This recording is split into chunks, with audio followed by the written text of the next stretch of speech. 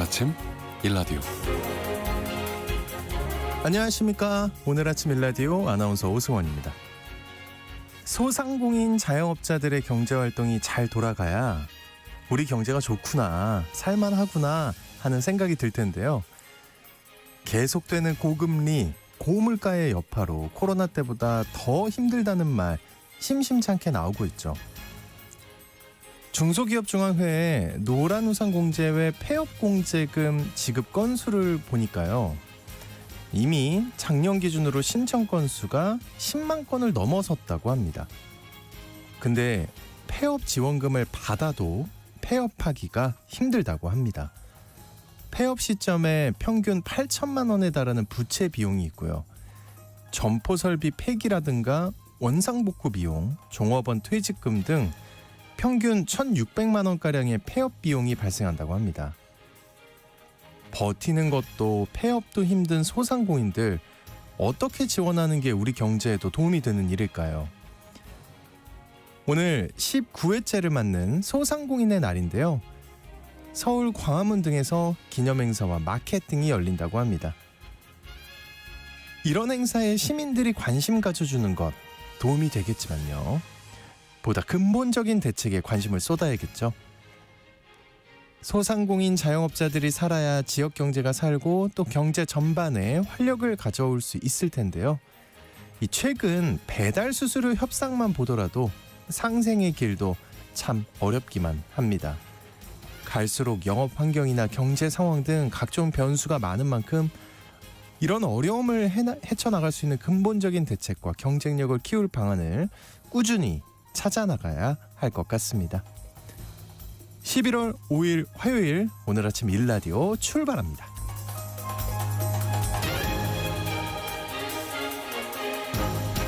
진짜 날씨가 갑자기 추워졌죠. 네. 오늘 아침 일라디오 이 시간은 물론 KBS 일라디오의 모든 프로그램은 유튜브 KBS 일라디오 공식 채널이나 모바일 콩 어플리케이션을 통해 실시간으로 함께하실 수 있습니다. 화요일인데요. 해외 농업 소식 살펴보고요. 또 오늘 텃밭 가이드 시간에는요. 본격적인 월동 준비를 해야 할 시기인데 특히 내년 농사를 위해 중요한 텃밭 정리하는 방법에 대해 알려드리겠습니다. 네, 텃밭 농사에 대한 궁금증이나 질문 있으시면 지금부터 문자 보내주시죠. 단문 50원, 장문 100원이 드는 유료 문자 샵 9730으로 보내주시기 바랍니다. 유익한 정보와 살아있는 이야기가 있습니다. KBS 오늘 아침 일라디오. 다양한 해외 농업 소식 알아보겠습니다. 조윤주 외신캐스터님 나와주셨습니다. 어서 오십시오. 안녕하십니까. 출근할 때 괜찮으셨습니까? 괜찮았습니다. 주의. 저는 진짜 차에서 내려서 깜짝 놀랐어요. 춥긴 하더라고요. 그래서 많이 입었어요. 하나 더 입었어요, 사실은. 잘하셨습니다. 네, 오늘 그래서. 출근하는 분들도 좀 따뜻하게 입어야 될 텐데, 그죠? 또 바람이 막 부니까 낙엽이 퍽 날리면서 좀 쓸쓸한 그런 아침이었습니다. 예. 예. 또 추위는 추위라 치고 마음이 추운데 쓸쓸한 그런 아침이었어요. 쓸쓸하네요. 네. 자, 지난주 첫 번째 소식인데 지난주 네. 신흥경제국 연합체인 브릭스 정상회의가 열렸는데 회원국들이 이 브릭스 곡물거래소를 창설하기로 합의했다고요. 네, 그렇습니다. 브라질, 러시아, 중국, 인도, 남아공 이렇게 이제 구성이 돼 있고요. 비서방 신흥경제연합체인데 미국을 중심으로 한 서방 질서에 사실 좀 대응하는 그런 차원에서 만들어진 조직체인데요. 사실 러시아는 세계 최대 밀 수출국 잘 알려진 바가 있는데 러시아가 이번에 제안해서 브릭스 곡물거래소 창설을 추진했습니다. 이 곡물거래소는 앞으로 원유, 가스, 금속 등 상품을 거래한 시장으로 확대된다고 하는데 원래는 브릭스 결제 시스템 구축도 얘기가 나올 거다라는 말이 있었습니다만 구체적인 논의가 이루어지지 않아서 이 각국의 이해관계가 좀 달랐던 것 아니냐라는 평가가 나오고 있습니다. 브릭스 국가 정상들이 지난달 말에 러시아 카잔에서 정상회 열고 이 공동 협력 방안을 담은 카잔 선언 채택을 했는데요. 네. 다극주의를 강조한 이번 선언에서 브릭스 국가 간의 새로운 투자 플랫폼과 곡물 거래 창설 계획 지지, 또 회원국 간의 금융 분야 협력 강화 등의 내용이 담겼습니다. 시간이 지나면서 이 브릭스의 규모는 커졌는데 이번 회의에서는 기대했던 것만큼 성과가 나오지는 못했다. 이런 네, 평가가 있다고요. 그렇습니다. 네.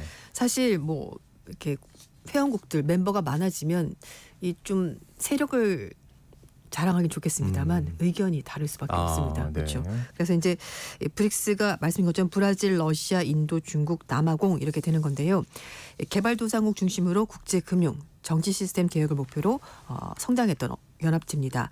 2023년에 이제 남아공이 합류를 하게 됐고 이후에 이란, 이집트, 에티오피아, 아랍에미리트 같은 국가들이 정식으로 회원국에 추가됐고요. 그래서 이제 브릭스 플러스로 확장이 됐습니다. 네.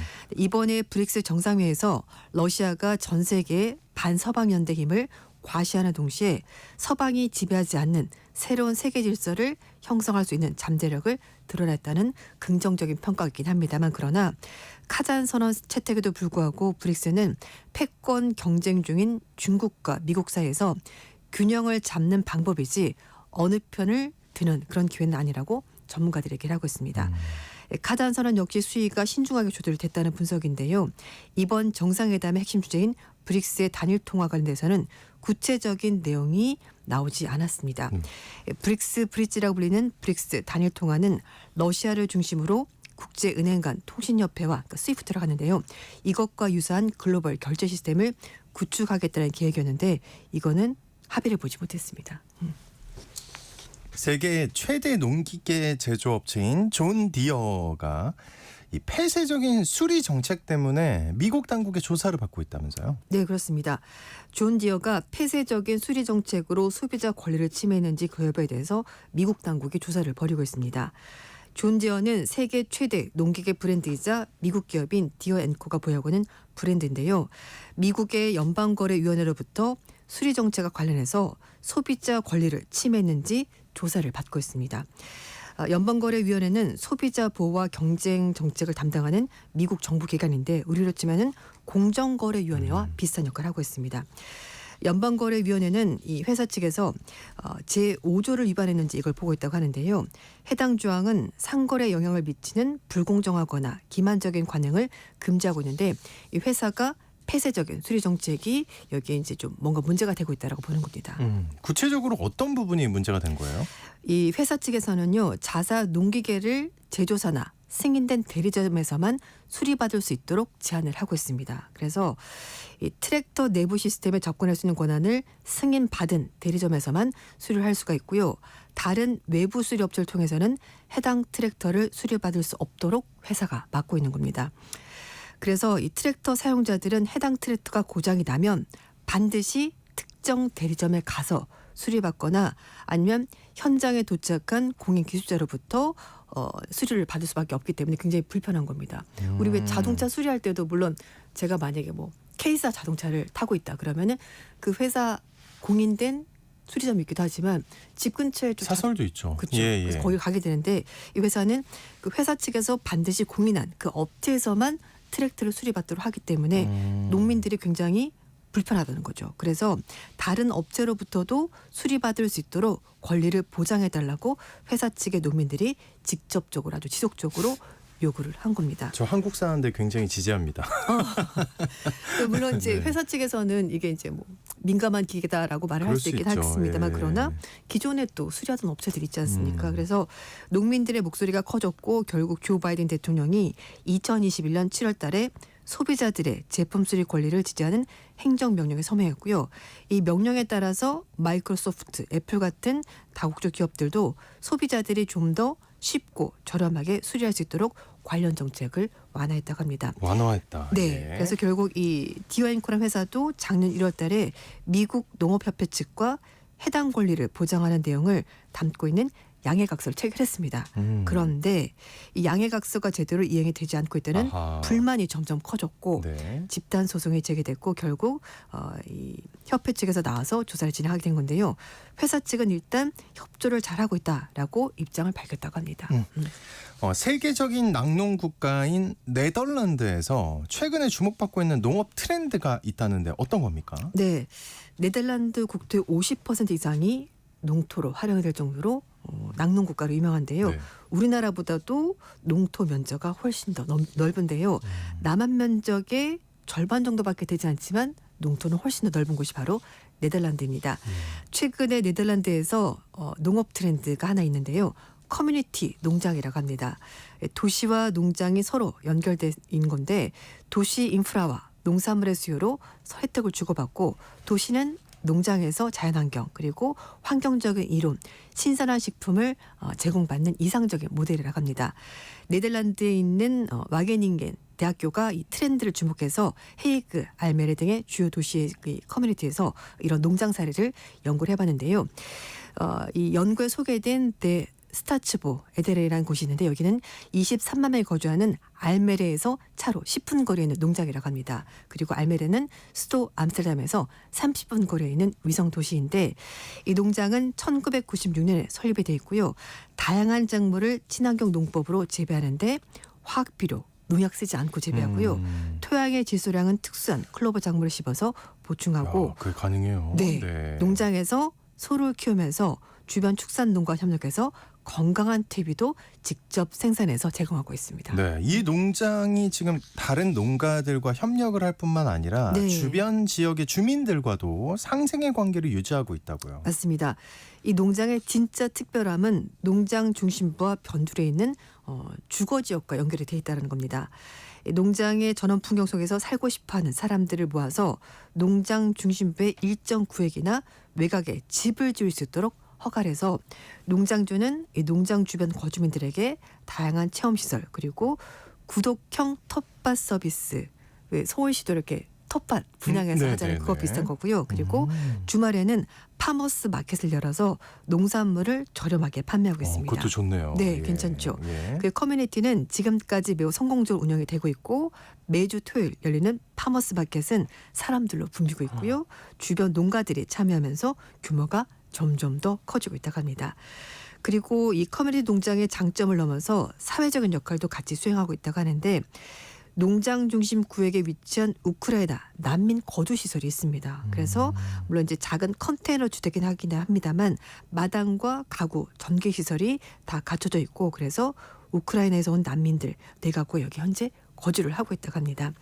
단순하게 농산물 생산만을 담당하는 농장에서 벗어나서 도시, 자연, 사람들이 함께 살아가면서 서로의 이익, 사회적 가치를 창출하는 역할을 하는 커뮤니티 농장이 굉장히 각광을 받고 있다고 하네요. 네, 우리도 좀 참고를 했으면 좋겠다는 생각이 들었습니다. 자, 그리고 최근 스페인에서 극심한 가뭄 후에 갑자기 폭우가 쏟아져서 정말 큰 피해가 발생을 했는데 근데 이렇게 극심한 가뭄 영향을 받는 육지 면적이 늘고 있다고요. 아주 크게. 네, 맞습니다. 이렇게 극심한 가뭄으로 영향을 받고 있는 육지 표면 면적이 1980년 대비해서 지금 3배 가까이 늘었다고 합니다. 건강과 기후변화에 관한 랜시 카운트다운에 나온 내용인데요. 작년에 지구 육지 면적의 48%가 적어도 한 달 동안은 극심한 가뭄을 겪은 것으로 파악됐습니다. 1980년대는 평균 15%였으니까 거의 3배가 넘는 수치가 된 건데요. 전 세계의 거의 3분의 1 정도인 30%가 2023년 3개월 이상의 극심한 가뭄을 경험한 것으로 파악이 됐습니다. 1980년대는 평균 5%인데 이것도 크게 늘었습니다. 이 새 연구에 따르면요, 가뭄에 대한 가장 최신의 세계적인 데이터를 제공하고 가뭄이 얼마나 빨리 가수가 되고 있는지를 보여주는 그 결과였습니다. 극심한 가뭄의 한계점은 강우량이 매우 적거나 식물과 토양에서 증발이 매우 높아진 6개월 후 도달하게 되는데요. 물과 위생, 식량 안보, 공중보건에 즉각적인 위험을 초래할 수 있고 에너지 공급, 교통망, 경제에도 큰 영향을 미친다고 합니다. 가뭄이 이렇게 점점 길어지는 게 역시 또 네, 변화, 기후 변화 때문인 거죠. 네, 그 예. 부분도 영향이 있고요. 이 자연 기상 현상에서부터 사실은 사람들 토지 사용 방식도 문제가 되고 있습니다. 이제 물 가용성에 미치는 여러 가지 요소들이 많아졌기 때문인데요. 일단 가장 큰 영향은 기후변화 때문에 전 세계 강우 패턴이 변화가 된 것이고 바뀌었다. 네, 강우 패턴이. 맞아요. 네. 그리고 일부 지역은 가뭄에 더 취약해지고 있다고 합니다. 이 보고서를 보면 기후변화의 건강 영향이 기록적 수준에 달했다라고 하고 있는데요. 가뭄 때문에 작년에 1억 5,100만 명이 식량 불안에 노출되면서 영양실조에 걸린 사람이 더 많아졌다고 하고 65세 이상의 열 관련 사망자는 1990년 대비 167% 증가했습니다. 증가. 예. 네. 한편 기온 상승하고 비가 많이 내리면서 모기 관련 바이러스도 증가하고 있다고 하는데요. 댕기열 환자가 사상 최고 수준이고 댕기열, 말라리아, 웨스트나일 바이러스에 대한 이런 병들이 이전에는 발견되지 않았던 곳에서도 지금은 발견이 되고 있고 그리고 먼지 폭풍 증가 때문에 위험한 대기오염 노출되는 사람들도 점점 더 많아지고 있습니다. 거기에다가 사실 온실가스 배출 이걸 줄이는 게 근본적인 해결이죠. 근데 이게 쉽지가 않다 보니까 지구 온도가 점점 올라가게 되고 이걸 막지 못한다면 우리는 더 많고 더 극심한 가뭄 그리고 거기에다가 갑자기 스페인처럼 폭우가 쏟아지는 그런 현상이 벌어지게 되는데 이 모든 것들이 경제적으로 또 사람의 생명을 앗아가는 현상이 더 자주 발생하는 그런 기상현상으로 이어지게 될 것 같습니다. 예. 자, 또 세계 곳곳에서 일하는 베트남 노동자들 가운데 한국에서 일하는 노동자들의 급여가 가장 높다는 조사 결과가 나왔다고요. 예, 요즘 농촌 지역에서 일하시는 근로자들 중에서 외국인 근로자가 네, 많거든요. 굉장히 많다고 네. 들었습니다. 예. 예, 베트남 해외 노동자 가운데 한국에서 일하는 노동자들이 가장 돈을 잘 번다고 베트남 정부가 발표를 했습니다. 베트남 외교부가 최근에 베트남 이민개혁 2023 보고서를 발표했는데요. 2017년부터 2023년까지 세계 각국에서 일하고 있는 베트남 노동자들의 소득 수준을 조사를 해봤습니다. 그랬더니 베트남 노동자 소득이 월 1,600에서 2,000달러 정도 되는데요. 우리 돈으로 220만 원에서 275만 원으로 가장 많이 주는 곳으로 파악이 됐습니다. 한국이 베트남 노동자에게 가장 돈을 네, 많이 준다. 맞아요. 그런데 예. 두 번째로 많이 주는 곳이 일본인데요. 일본. 월 1,200에서 1,500달러 정도 차이가 되는데 꽤 큰데요? 우리나라보다 급여가 30% 정도 낮습니다. 그러니까요. 예. 그리고 타이완, 일부 유럽 국가, 말레이시아, 중동 국가 순으로 나왔는데요. 이 기간 동안에 베트남의 해외 노동자 65만여 명이 세계 40여 개국에서 일하면서 연간 35억에서 40억 달러 정도를 베트남으로 송금을 했다고 합니다. 국가별로 베트남 노동자 수는 작년에까지 5년 연속으로 일본이 가장 많았고요. 그다음이 우리나라, 타이완 순이었다고 합니다. 네. 베트남에 있는 해외 노동자의 약 80%는 섬유 신발 같은 이제 단순 노동에서 많이 근무를 했고요. 이외에도 건설, 농업업, 그리고 가사, 노년층, 환자 돌봄 등 주로 노동 집약적인 업종에서 많이 일을 하고 있었습니다. 하지만 관리자나 엔지니어 등 숙련 노동자들도 더 나은 수입과 경력 발전 기회에서 해외에 많이 나가고 있다고 하는데요. 일단 베트남 사람들의 특징이 일에 적응을 잘하고 빨리 일을 배우는 것으로 잘 알려져 있습니다. 하지만 계약 기간 초과해서 체류하면서 불법으로 일하는 노동자 수가 많아지는 것이 문제가 됐었고요. 또 해외 일하러 가는 다른 사람들에게 기회를 얻는 것을 방해하는 요소로 작용하고 있다라고 베트남 정부가 입장을 밝혔습니다. 자국민들끼리 이제 안 경쟁이 좋아지는 되는 거네요. 거죠. 네, 맞아요. 그래서 근데 문제는 부당한 처우 그리고 초과 노동 시간 또 안전하지 않은 노동 조건 이런 것 때문에 피해를 보는 근로자들도 있다라고 합니다. 네. 다양한 해외 농업 소식 잘 들었습니다. 지금까지 조윤주 외신캐스터와 함께했습니다. 오늘 말씀 고맙습니다. 네, 감사합니다.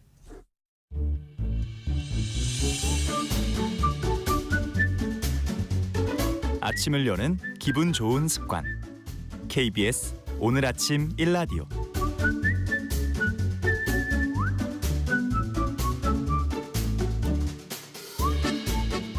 도시농부들의 텃밭 가이드 수원 씨앗도서관의 박영재 관장님과 함께합니다. 어서 오십시오, 관장님. 네, 안녕하세요. 네, 오늘 텃밭과 관련해 궁금한 점이 있으시면 단문 50원, 장문 100원이 드는 유료 문자 샵 9730으로 지금 바로 문자 보내주시기 바랍니다. 자세하게 답변해 드릴게요. 그동안은 날씨가 생각보다 너무 따뜻한데 특히 네. 저번 주말은 여름 아닌가 할 정도로 그랬는데 이제 또 추위가 시작이 되나 봐요. 너무 다릅니다. 네. 네. 11월이 됐는데요. 11월이 되니까 농사 의욕이 좀 떨어지나 봐요. 예. 농업박물관에서 씨앗 나눔을 했는데 좀 많이 못 오셨어요. 네. 생각보다 네. 예. 아마 2월 달에 해야 이렇게 좀 많이 오실 것 같은데 시작 전에 해야죠, 사실. 네. 예. 팬 사인회도 하고 사진 촬영도 했습니다. 농업 스타로 지금 살고 계시네요. 우리 진행자님을 너무 보고 싶어하시는 분들이 많았습니다. 함께 네, 제가 언젠간 한번 함께 한번 어떻게 씨앗 그때까지- 콘서트라도 할까요? 자, 네. 그 관장님 요즘 안 그래도 씨앗 얘기 나온 김에 씨앗 수집하러 네. 다니신다면서요. 그러다가 이제 오늘 방송하러 오신 거예요? 네, 네. 음. 논산에서 씨앗 수집하다가 올라왔고요. 또 방송 끝나자마자 다시 내려가야 됩니다. 논산으로. 네. 예, 고생하십니다. 두 달도 채 안 남은 2024년을 좀 어떻게 마무리해야 되는지 이런 좀 씨앗 수집으로 좀 시작을 하고 있고요. 여름에 방문했을 때 사람을 만나기가 좀 어려웠어요. 너무 더우니까 또 어디 무더위 쉼터라든지 이런 데 가 계셔가지고 근데 가을이 되니까 다들 또 이렇게 나오셔서 갈무리에 애쓰고 계셨어요. 다. 네. 그래서 사람을 좀 만날 수도 있었고요.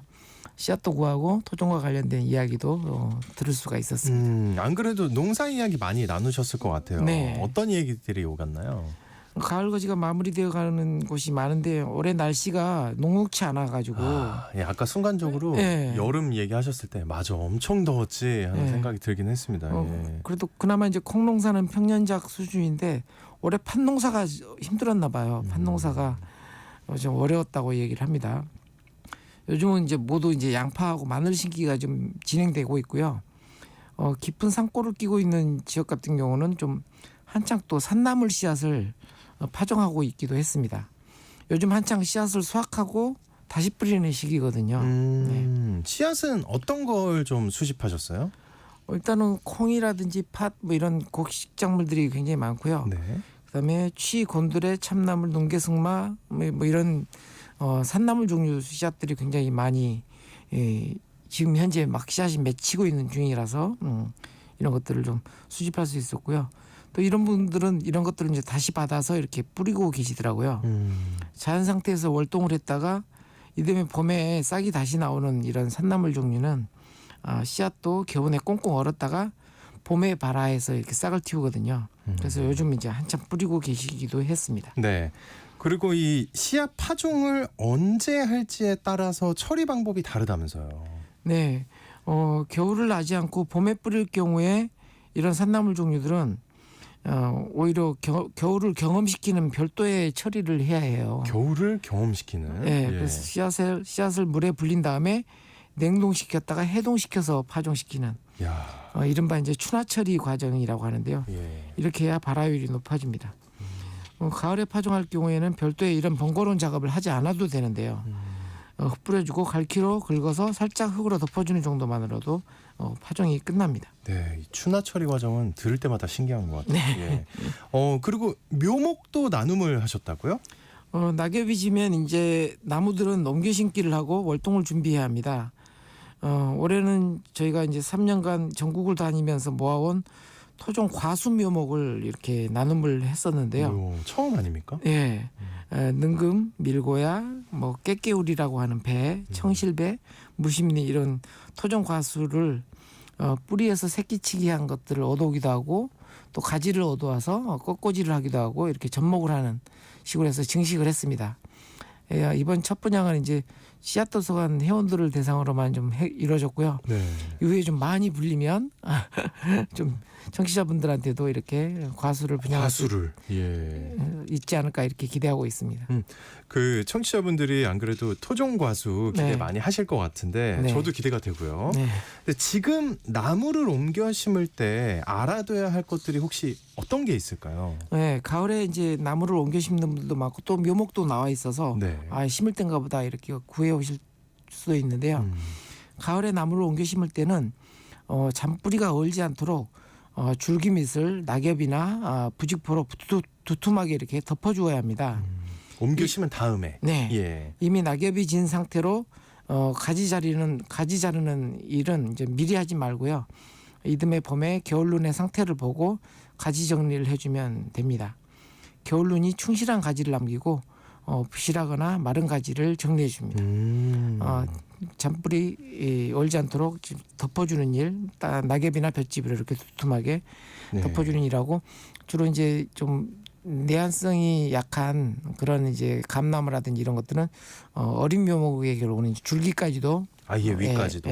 좀 볏짚이라든지 이런 걸로 묶어서 보온 조치를 해줘야 합니다. 입을 덮어줘야 되네요. 네. 그리고 이제 지금 이 시기에 해야 할 일들 어떤 것들이 있는지 좀 알려주세요. 예. 그리고 또 지금 이 시기에 해야 할 일은 내년 농사를 위해서 밭에 남은 줄기나 부산물들을 깨끗하게 정리하는 일입니다. 정리요. 청소하듯이. 네. 부산물에 남아 있는 병충해들이 월동을 할 수 있기 때문인데요. 가장 좋은 방법은 별도로 한 군데 모아서 퇴비를 만드는 것입니다. 고추대나 옥수수대와 같은 강한 줄기들은 잘게 자르거나 파쇄를 해야 물기가 스며들고 분해가 잘 됩니다. 이렇게 깨끗하게 정리하면서 꼭 기억해야 할 일은 밭의 각 구역에 올해 무엇을 심었는지를 기억하는 겁니다. 아, 그래요? 예, 부산물 다 치워버리니까 이걸 내가 작년에 여기다 뭘 심었지 까먹잖아요. 네. 그래서 이제 연작을 피하려면 아무래도 이런 그림으로 그려놓고 이렇게 기록을 해놓으면 더 좋겠죠. 정확하겠네요. 네. 예. 같은 작물을 한 장소에 계속 심으면 연작 피해로 청고병과 같은 질병 피해를 볼 수 있기 때문입니다. 그 텃밭 정리도 할 일이 참 많을 것 같은데 또 어떤 것들이 또 있을까요? 이제 서서히 겨울날 준비를 해야 하는 계절이 되었습니다. 이번 주 목요일이 입동인데 영하 기온이 예보된 데가 많아요. 네, 엄청 추울 거라고 네네. 나오더라고요. 그래서 텃밭에 있는 물통들은 비워야 하고요. 당연하죠. 예, 모터와 같은 시설들도 물을 빼고 보온을 해두어야 합니다. 얼음이 얼면 팽창해서 물통이나 모터가 터지기 때문입니다. 물통은 비우고 거꾸로 엎어두어야 겨울에 눈이 쌓여 얼지 않습니다. 모터는 코드를 빼고요. 잘 덮어두어야 합니다. 코드와 같은 것을 또 야생 들쥐들이 갉아내거든요. 네네. 그래서 누전이 될 수 있어서 아이고, 예. 잘 덮어두어야 하고요. 물 호수에 있는 물들도 미리 이렇게 빼두어야 호수가 터지지 않습니다.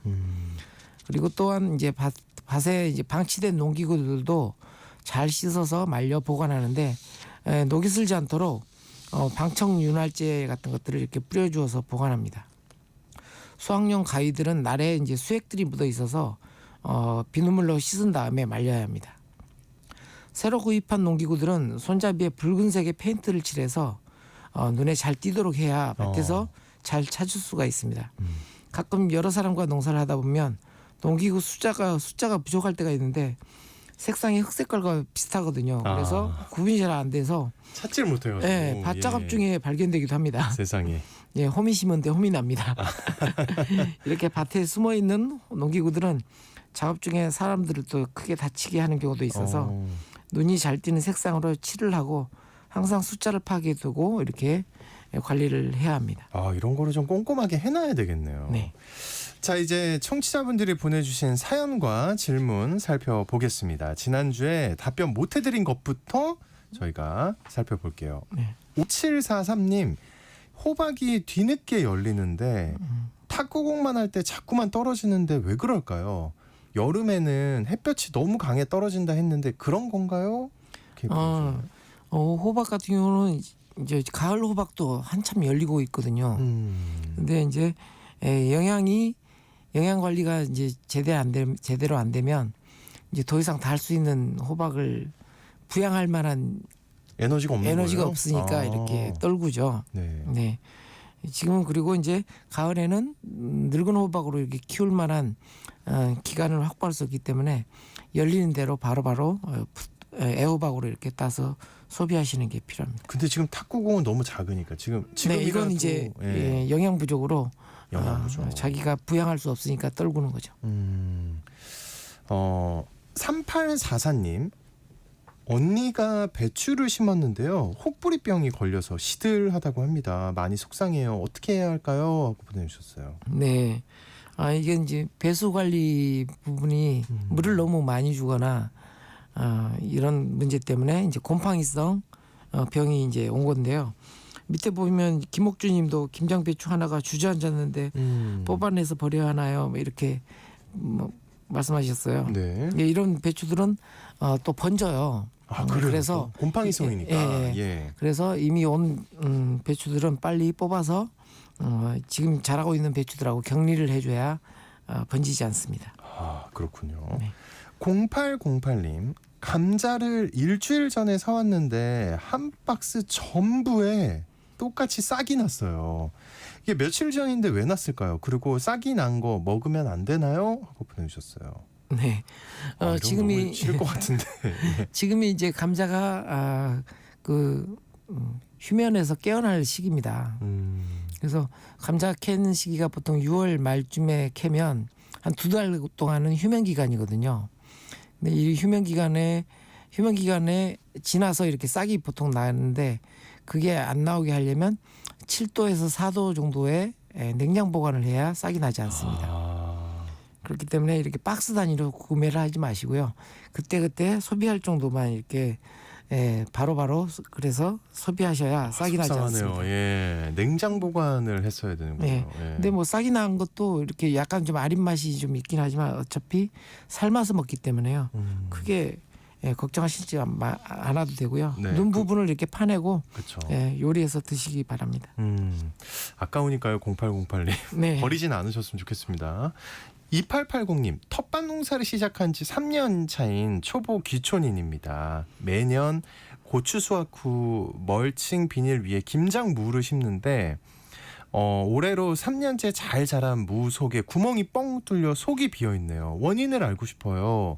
하고 보내주셨어요. 네, 이게 이제 공동과 현상이라고 그러거든요. 그러니까 이제 열매 안에 구멍이 뻥 뚫려 있어서 잘라 보니까 이렇게 겉에서는 매끈한데 잘라 보면 안에 구멍이 텅 비어 있는. 근데 올해 유난히 이런 사연이 많았던 것 같은데. 네. 예. 이런 현상은 주로 이제 그 과일에도 많이 나오거든요. 수박이라든지 참외라든지 이런 게 이제 질소질이 이제 과다한 경우에 이런 질소질이 과다. 네, 과다한 경우에 생기고요. 네. 이런 무라든지 이런 것들은 대개가 이제 붕사 걸음을 안 했을 때 이런 생리장애로 인해서 이렇게 공동과 현상이 생깁니다. 그래서 고추 수확한 데다 심었다는 것은 굉장히 잘하신 건데요. 병이 이제 덜하니까 아무래도 우리 방송을 잘 들으셨던 분 같아요. 네. 이렇게 영양 관리, 붕사 걸음을 미리 밭 준비할 때 하지 않으셨던 것이 좀 큰 원인이 아닐까 싶습니다. 다음에는 좀 참고하셔서 이런 일이 없으면 좋겠습니다. 자, 여러분 궁금한 게 있으시면요. 짧은 건 50원, 긴 건 100원이 드는 유료 문자 샵 9730으로 지금 바로 문자 보내주시기 바랍니다. 자세하게 답변해 드릴게요.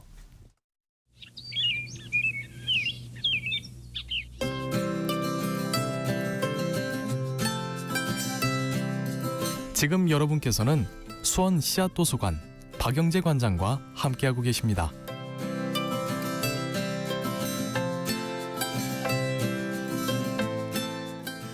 네, 여기서 청취자 한 분과 전화 연결로 직접 궁금한 질문 들어보도록 하겠습니다. 안녕하십니까? 안녕하세요. 네. 반갑습니다. 네, 어디 사시는 여기는 누구실까요? 옹진군 영면 임관순입니다. 옹진군요? 네, 예. 반갑습니다. 반장님 반갑습니다. 반갑습니다. 네, 혹시 저하고 통화하신 분인가요? 예예예. 개인적으로. 네. 개인적으로. 예. 선생님, 라디오 볼륨을 좀 줄여주실까요? 예예예. 옹진군에서 어머님들끼리 모여서 모여서. 예. 같이 라디오 듣는다고 하셨던 분이세요. 예. 아이고. 라디오만 들어요. 여기 할머니 할아버지들은 밭에서 일하시네. KBS만. 네, 반갑습니다. 감사합니다. 어르신들 건강하시고 예. 궁금한 거 있으면 편하게 물어봐 주세요. 그 관장님한테. 양배추를 제가 나이 80 먹도록 가을 양배추를 처음 심어봤어요. 네네. 그런데 속이 안 차오르는데 겨울에 놔둬도 그 속이 좀 이렇게 가려주면 차오를까요? 네, 반장님. 네, 차오릅니다. 이 서해안이나 동해안 지역은 우리나라 기후가 해양성 예. 기후라서 예. 겨울에도 많이 기온이 떨어지진 않거든요. 예. 네, 우리 강화도에도 탱자나무가 자랄 정도로 해양성 예. 기후가 강해서 예. 좀 더 지켜보시고요. 네, 예. 또 그 영양 관리라든지 이런 거 계속 해주시면 아마 속이 차오를 겁니다. 예, 잘 알겠습니다. 네, 네. 예. 늘 감사드립니다. 네. 또 궁금한 거 없으세요? 좋은 방송 계속 듣고 있습니다. 예. 감사합니다. 예. 언제든 궁금한 거 수고하세요. 있으면 남겨주세요. 예. 네. 감사합니다. 수고하세요. 예. 자, 계속해서 질문 들어온 거 이어가도록 하겠습니다. 0184님, 야산의 낙엽, 이 낙엽이 썩어서 아주 진한 색을 띤 흙들, 부엽토라고 하던데 이거 혹시 거름으로 써도 괜찮을까요? 하고 보내주셨어요. 네, 거름으로 써도 되는데요. 근데 이제 우리가 산에 화분 만들고 이럴 때 부엽토를 이렇게 함부로 채취하면 이거 불법입니다. 산에서 하면 네, 안 된다. 네, 절대 안 됩니다. 예. 네, 그래서 오히려 퇴비를 직접 만드셔야 되고요. 산에 있는 부엽토에는 또 이제 벌레들이 많이 있어요. 민달팽이라든지 이런 것들이 같이 이렇게 딸려오기 때문에 나중에 밭에 보면 이런 산에서 온 이제 병충해들이 많이 이렇게 오게 됩니다. 그리고 우리가 산림보를 해야 되는데 이런 부엽토를 함부로 이렇게 채취하는 것은 불법행위니까요. 절대 하시면 안 됩니다. 네, 절대 네. 건드면 안 되겠습니다. 네. 오히려 이제 집 인근에 있는 뭐 낙엽이라든지 이런 것들 버리잖아요. 이런 것들을 모아서 착실하게 이렇게 퇴비를 만들면 그 자체가 또 이제 부엽토니까요. 그렇게 한번 활용을 해보시기 바랍니다. 네. 2569님, 고추잎 앞면에 검정색으로 가루가 뒤덮여 있어요. 이거 혹시 곰팡인가요? 먹을 수 없을까요? 그리고 고추에 검정색 줄이 있는데 이건 질병인가요? 네. 이거 약간 좀 네. 걱정이 되는데요. 예. 네. 지금 이제 요즘부터 지금 이제 날씨가 약간 추워져도 살아남는 이제 병충이 있는데 그게 바로 진딧물이에요.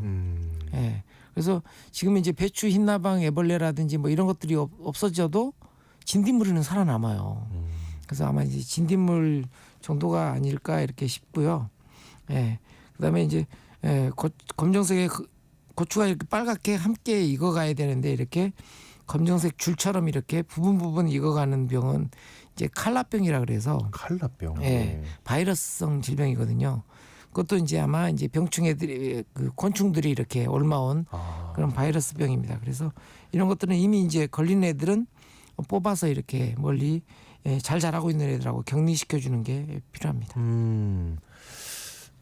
안타깝지만 좀 네. 격리로 이렇게 이미 온 거니까 방법이 없습니다. 이건 어쩔 수 없다. 네. 8273님, 텃밭이 도로변 쪽에 있어서 밤에도 가로등 때문에 화납니다. 그런 곳에는 어떤 작물을 심어야 되나요? 그리고 옆집에는 밑둥에 있는 배춧잎을 통풍 잘 되라고 많이 따주던데 이거는 괜찮은 건가요? 하고 보내주셨어요. 네, 두 가지 질문인데요. 가로등 가로등이 있으면 되게 이제 어렵지 않나요? 예, 봄작물을 심어야 되는 차라리. 예. 네. 왜냐하면 이제 열매를 맺어야 되는 것들이 또 열매를 못 맺고 정작 잎을 수확해야 되는 것들이 또 꽃이 피어버리고 이런 이제 환경이 되기 때문에 빛공해가 심하죠. 그래서 보통 저 같은 경우도 가로등에 이제 시청 민원실에다가 전화를 해서 가로등에 갓을 씌워달라고 그랬어요. 가로등을 끌 수는 없잖아요. 그러면 안 되죠. 네, 예, 방범등이기도 하니까. 예. 그래서 가로등에 갓을 씌워서 밭에 들어오는 빛을 차단을 최소화시키는. 시켰거든요. 예. 네. 이런 걸 좀 하시고요. 예. 그리고 배춧잎 같은 경우는 무잎은 밑으로 이렇게 처진 잎들을 좀 따주긴 하지만 배춧잎은 따주지 않습니다. 왜 안 따주냐면 예. 지금 이제 영하로 떨어지기 시작하잖아요. 그러면 그 밑으로 처진 잎들을 보온재로 삼아서 묶어줘야 되거든요. 예. 지금은 이제 배춧잎을 묶어줄 때입니다. 그래서 영하 5도 미만으로 떨어지면 묶어줘도 얼거든요. 그러니까 이렇게 영하 5도까지는 견딜 수 있도록 밑으로 처진 잎들, 시든 잎이라든지 노랗게 변한 잎들을 보온재 삼아서 이렇게 따지 말고 묶어주는 작업을 하셔야 합니다. 근데 이제 8273님이 사연을 보내실 때 옆집이라고 했거든요. 네, 그러니까 얘기를 좀 해주셔야 돼요. 네, 조언을 좀 해주십시오. 예. 네, 냅둬야 될 것 같습니다. 시간이 하나만 더 빠르게 8910님 여기는 남부지방인데요. 김장 배추 속을 달팽이가 모두 먹어버려요. 어떻게 해야 하나요? 하고 보내주셨어요. 네, 달팽이 관련해서는 많이도 말씀을 드렸는데요.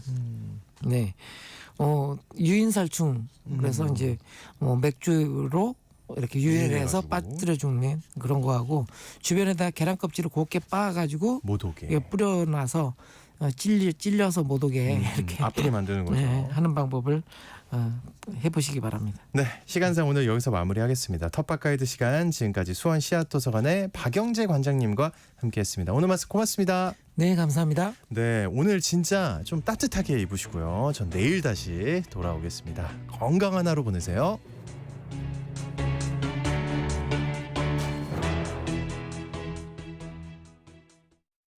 초록 여행 떠나